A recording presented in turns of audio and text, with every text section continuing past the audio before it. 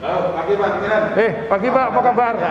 Susui lama nggak ketemu ini. Iya, kita ngobrol-ngobrol tentang energi nih, baru ramai nih. Ayo, tapi ngopi dong. Ngopi dulu. Ayo. Ya.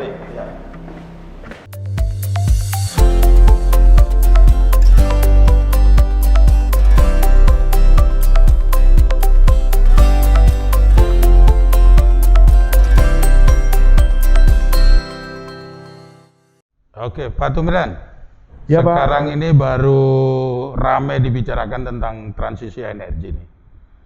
Sampai-sampai Presiden kita Pak Jokowi concern terhadap transisi energi ini, dan beliau siap untuk mengkondisikan untuk mereduksi daripada energi fosil ini supaya sesuai dengan Paris Agreement maupun protokol Kyoto ya. Nah, sebetulnya apa sih yang namanya transisi energi ini? Karena saya tahu Bapak yang membuat atau menyusun tentang transisi energi ini waktu Bapak di Dewan Energi Nasional. Saya kira ini menarik untuk rekan-rekan mahasiswa dan pemerhati tentang energi kita ini.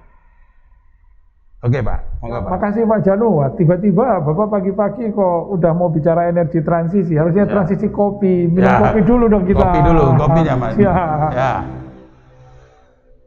Oke, terima kasih Mbak Indah kopinya. Ya. Ini kopi Aceh apa kopi Gayo ini Pak? Ini kopi dari hati Pak. Dari hati ya. Kopi dari hati ini. Ya Pak, makasih Mbak. Oke, terima kasih Mbak Indah. Minum kopi dulu Pak, supaya ada energi.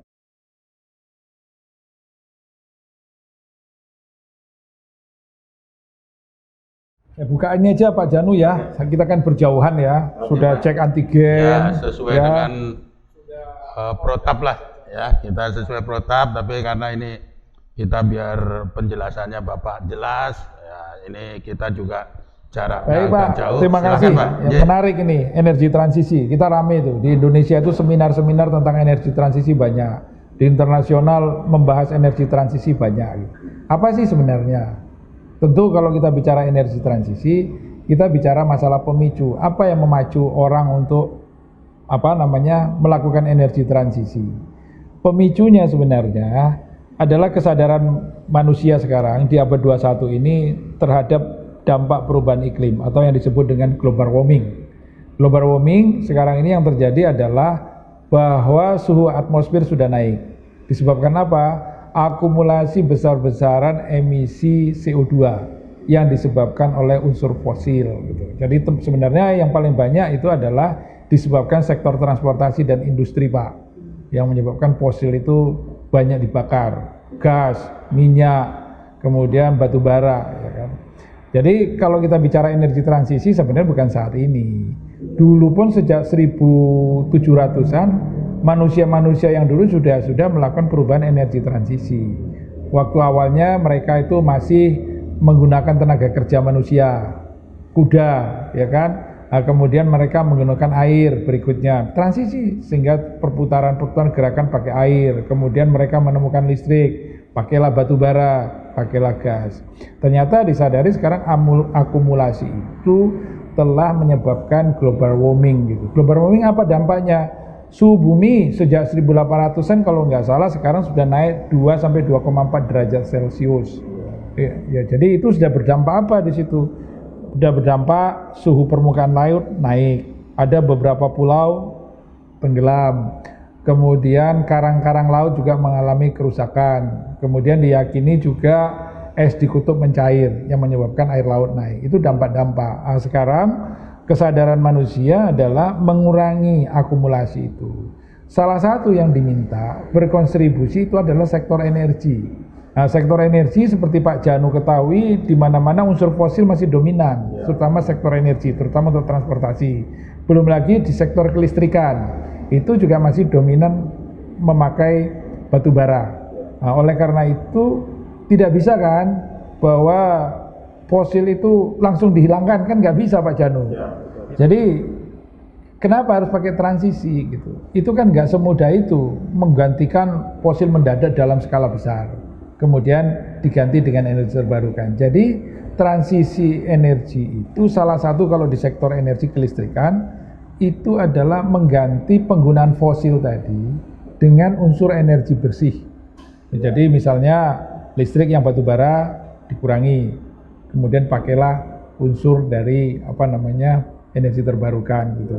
Kemudian di sektor transportasi juga didorong, jangan lagi tergantung kepada minyak, tetapi pakailah kepada listrik. Listrik nanti bersumber dari energi terbarukan. Nah, proses itu harus ada transisi, Pak. Sampai kapan? Nah, itu harus ada limit waktu untuk mengurangi itu. Itu yang disebut sebagai energi transisi gitu. Jadi sebenarnya Pak Janu, kalau kita berbicara energi transisi, tidak sekedar kata-kata bahwa ada transisi energi. Jadi ada 3 aspek yang harus diperhatikan. Ini kalau kan untuk mahasiswa saya izin tak nerangke sih. Nanti kan biar mahasiswa kita di perguruan tinggi, kita kan sama-sama dosen Pak. Bapak sekarang bekas GM, tapi Bapak punya kesempatan ngajar di STT PLN ya kan. Saya juga masih ngajar di Gajah Mada. Setelah saya selesai di Dewan Energi, nyusun kebijakan energi dulu, masih balik ke kampus, sekarang ngajar lagi. Ya senang saya Pak ngajar. Jadi ini pengalaman-pengalaman kita nanti bisa kita share kan untuk adik-adik mahasiswa di perguruan tinggi lain. Nah, di channel inilah kita mau berkontribusi. Betul Pak, di channel bagaimana ini. Keenergian nasional. Iya, mudah-mudahan nanti generasi muda kita di dalam menata energi dari pengalaman-pengalaman ini, mudah-mudahan pengetahuan kita bisa berkontribusi mereka bisa menata energi kita lebih baik daripada sekarang. Itu ke depan harapannya itu Pak. Jadi misalnya kita nggak lagi nanti mikirin batu bara, kita eksploitasi ekspor dapat devisa. Itu kalau boleh kita bilang bukan bangsa yang cerdas Pak Janu. Bangsa yang cerdas adalah bangsa yang bisa mengubah, mentransformasi sumber daya alam berbasis skill dan knowledge memberi nilai tambah. Itu cerdas Pak. Contoh misalnya Korea, Jepang, Cina. Kenapa dia bisa unggul? Jepang, Korea nggak punya sumber daya alam Pak. Yang punya adalah pengembangan knowledge, skill menjadi nilai tambah Pak. Itu dia yang penting. Jadi cerdas. Nah, pemimpin-pemimpinnya secara politik harus mengarahkan generasinya untuk bagaimana maksimal kerja dalam desain, transformasi, knowledge, skill untuk menjadikan produknya kompetitif internasional. Dengan itu bangsanya juga kompet Pak. Wah ini ngelantur Pak. Ya, sebetulnya kan kita ini concern juga terhadap maksudnya pemerintah Indonesia khususnya Pak Jokowi ini concern terhadap renewable energy. Kebijakan sudah diberikan, ya peraturan presiden, peraturan menteri sudah keluar semua.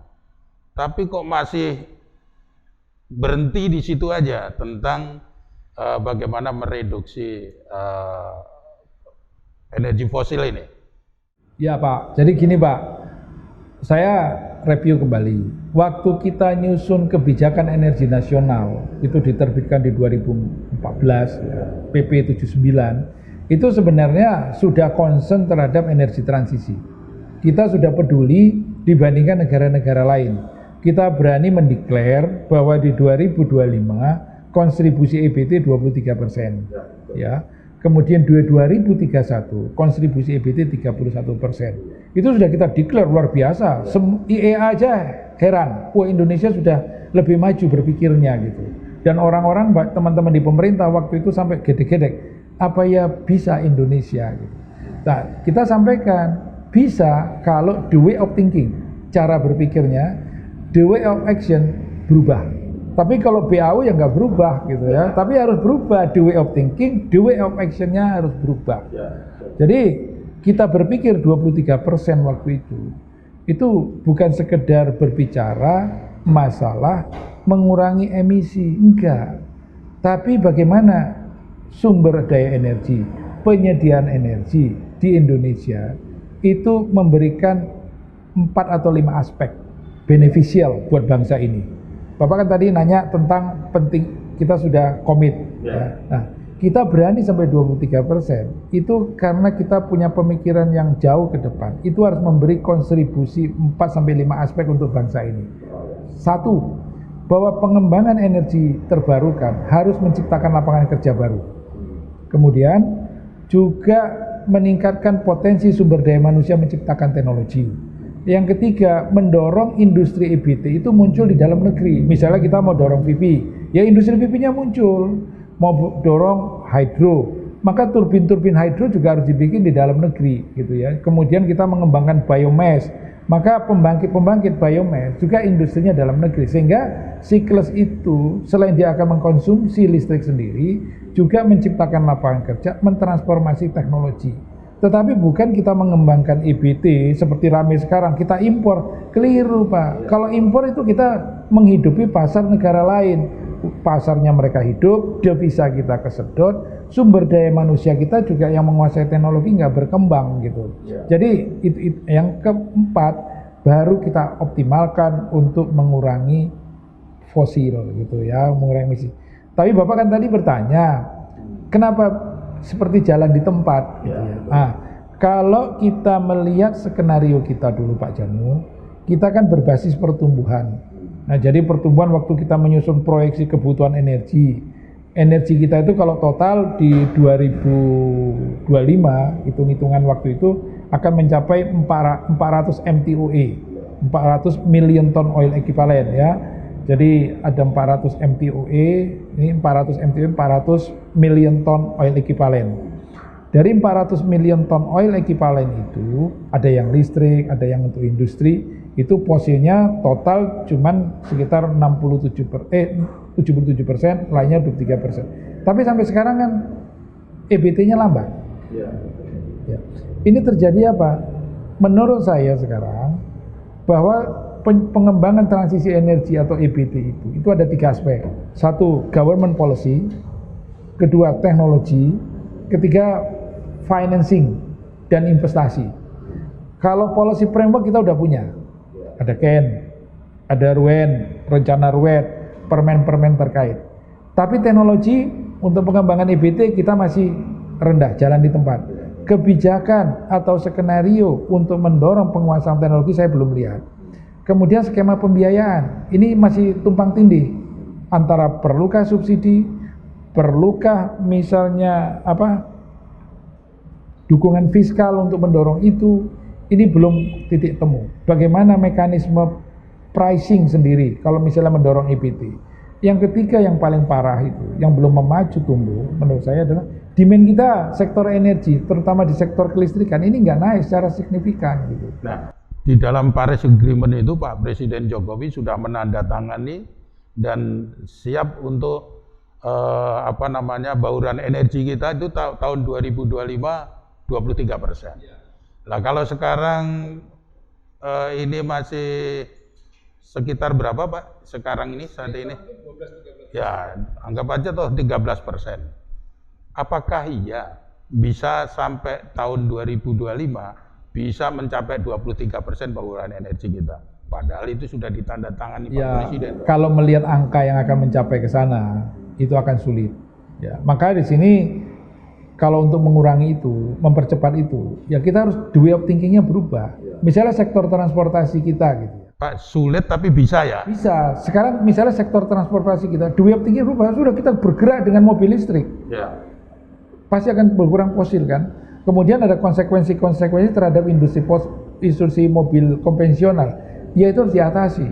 Sekarang terjadilah threshold cross subsidi, pengembangan energi terbarukan dengan pengurangan sumber dayanya kan bisa dialihkan untuk menggerakkan ini. Itu harus didorong. Kemudian di sektor kelistrikan demand-nya turun, itu harus berubah sekarang. Jadi kalau tadi misalnya pengurangan fosil berganti kepada mobil listrik, itu harapannya demand listrik naik. Ya kan Pak Janu? Kemudian akselerasi lah energi fosil, energi terbarukan, bukan energi fosil, energi terbarukan. VP diperkembangkan, geothermal diakselerasi, supaya demand-nya naik. Sekarang kalau misalnya demand listrik aja sekarang stagnan, sementara infrastruktur fosil sudah masuk, itu kan ada gap. Misalnya di Jawa over capacity, itu kan menjadi problem tersendiri memanagenya. Bagaimana pembangkit-pembangkit yang sudah masuk, nilai keekonomiannya belum tercapai kalau harus di shutdown. Itu kan jadi problem. Maka kita paling bagus karena sektor transportasi kita padat, akselerasi dengan listrik, dipercepat. Harus ada perubahan kebijakan yang diikuti strategi eksekusi. Kalau hanya kebijakan, statement, ya kayak di seminar selesai. Banyak sekarang pembahasan, kita energi transisi harus demikian. Talking in seminar, lelah Pak, capek. Ya. Nah sekarang ini banyak sekali saya dapat informasi dari teman-teman pelaku industri di bidang energi renewable ini Pak. Sebetulnya mereka mampu dengan cepat untuk bisa membuat renewable energy ini berkembang di Indonesia. Contohnya PLTS, kemudian juga mikrohidro dan yang lain-lain. Cuma masalahnya harganya ini nggak menarik Pak. Harganya yang dibeli oleh PLN itu kurang menarik bagi investor sehingga mereka ya nggak berani karena pasti rugi gitu loh Pak. Nah ini gimana padahal waktu itu kalau nggak keliru kita sudah harganya bagus, harganya sangat bagus dan win-win lah gitu lah. Tapi sekarang ini harganya justru tidak menarik bagi investor. Itu gimana menurut? Ya itu kajiannya jadi panjang Pak Janu ya. Jadi itu dulu saya ingat di dokumen dokumen RUEN itu ada skenario untuk memacu EBT gitu ya. Jadi kita sadar bahwa harga EBT itu pasti nggak bisa compete dengan harga fosil, terutama batu bara. Maka di situ kalau itu memang dulu kita susun target 3%, itu sudah menjadi komitmen politik. Ya. Karena menjadi komitmen politik, dulu harapannya kalau memang harga itu belum mencapai keekonomian, ada subsidi dari pendapatan fosil untuk mengakselerasi.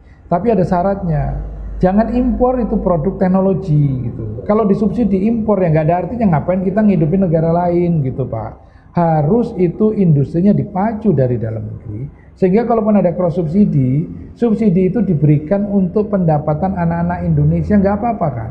Tapi kalau subsidinya itu diberikan kepada negara lain impor, ya keliru gitu Pak, itu keliru gitu. Saya juga tidak sependapat dengan itu. Pendapatnya adalah cross subsidi, tapi untuk menghidupi anak kita. Nanti pada saatnya ekonomi kita tumbuh, GDP kita naik, itu kan pada saatnya kita bisa membayar listrik sendiri, nggak ada lagi subsidi negara. Supaya industri kita terpacu tumbuh, ekonomi kita tumbuh. Jadi siklus keuangan ada di dalam sendiri, Pak Janu. Oke Pak Tumiran, kita kembali lagi ke transisi energi ya. Nah, sebetulnya sejauh mana kita Indonesia ini sudah memulai transisi energi ini? Kalau Bapak tanya itu, secara policy framework kita sudah punya. Kita sudah mentargetkan skenario berapa jenis-jenis EBT, ya kan? Bagaimana skema financingnya, itu kita sudah buat itu di RUEN. Tetapi kebijakan itu, skenario itu harus dieksekusi oleh sektor, oleh kementerian terkait gitu. Misalnya masalah financing, udah ada skenarionya. Bagaimana cara itu? Ada subsidi, ya kan? Itu sudah ada di situ. Tapi paham nggak misalnya Kementerian Keuangan untuk mendorong itu? Bagaimana industri tumbuh, Kementerian Perindustrian sudah terlibat nggak pemahaman di sini bahwa itu menciptakan lapangan kerja? Kementerian Tenaga Kerja melihat nggak peluang itu?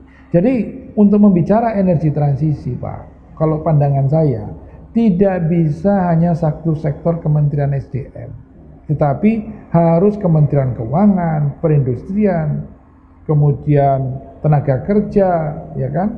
Kemudian Kementerian Investasi harus terlibat untuk mensinkronkan bagaimana eksekusi plan. Kebijakan sudah ada. Kebijakannya nggak main-main loh Pak. PP guide-nya, ya kan? Kemudian Perpres yang ditangani Presiden. Itu kan harus dieksekusi, diimplementasikan. Tapi kalau itu sekedar pegangan gitu, terus kita bikin statement, seminar-seminar untuk eksekusi tanpa ada eksekusi, ya nggak akan berhasil Pak Janu. Artinya saat ini eksekusi daripada transisi energi ini masih dalam bentuk seminar aja. Tidak dalam bentuk seminar, sebagian besar masih diwacanakan dalam seminar. Wah itu berat lagi tuh, baru wacana ya. Ya wacanakan, tapi eksekusi targetnya itu belum terlihat di dalam aksi. Yang akan mendorong misalnya entity bisnis, ya kan, kesiapan Pertamina, kesiapan PLN, untuk mensupport itu. Itu harus terintegrasi, Pak. Sebenarnya kalau dari sisi SDM kita siap enggak itu? Kalau SDM ya siap lah, Pak. Masa kan anak-anak Indonesia nggak pintar? Anak Indonesia itu pintar, smart. Guidance policy harus payungnya harus ada. Setuju itu, Pak. Harus dikasih payung. Ya. Bahwa industri harus kuat dalam negeri, paksa. Loh, dulu kita bisa bikin pesawat terbang. Bisa terbang pesawat itu, diakui. Tapi kan lembaga internasional nggak suka, sehingga dihancurkan kan. Artinya kita kan punya kemampuan. Dan itu punya risiko besar. Sekarang kita udah bisa bikin kapal laut, PT PAL dipaksa-paksa. Kan artinya bisa. Itu kan teknologi yang lebih kompleks, lebih ruwet. Kalau masalah VV, masalah turbin air, masalah itu kan bukan suatu teknologi yang advance. Ya seperti kayak gasifier, turbin, itu simple. turbin air yang Cuma jangan biasakan itu, ruang impor keran dibuka. Sudah bisa dibikin oleh anak bangsa. Iya, jangan dipaksakan ruang impor di Bandung, di Malang itu sudah ada yang membuat itu kalau kayak di ruang impor itu akan membuat malu UI, ingin membalu UGM, ingin membuat malu ITB atau ITS, perguruan tinggi yang masuk itu adalah anak-anak cerdas Indonesia. Ya Pak Janu, next time ya kita lanjut lagi. Oke Pak, jadi ini sangat menarik ini Pak. Nanti minggu depan kita bahas kelanjutan ini supaya ini rekan-rekan mahasiswa ini dan juga pemerhati masalah energi ini bisa lebih kita bisa berdiskus ya. Baik Pak. Berdiskusi lebih lanjut sehingga bagaimana ketahanan energi ini bisa meningkat dan dikuasai, dimiliki. Ya, setuju Pak, setuju harus Pak. mandiri tadi Pak. Betul. Harus mandiri. Ya. Oke. Teman-teman jangan ya, Pak, ya. Jangan lupa subscribe, like and comment ya pada salam sehat semuanya ini dan buat pemirsa ya. Pemirsa salam sehat, tetap pakai masker ya. Cuci tangan dengan sabun dan tentunya jaga jarak. Seperti kita ini juga jaga jarak supaya kita aman, pandemi hilang. Terima kasih Pak Tumiran ya. Oke.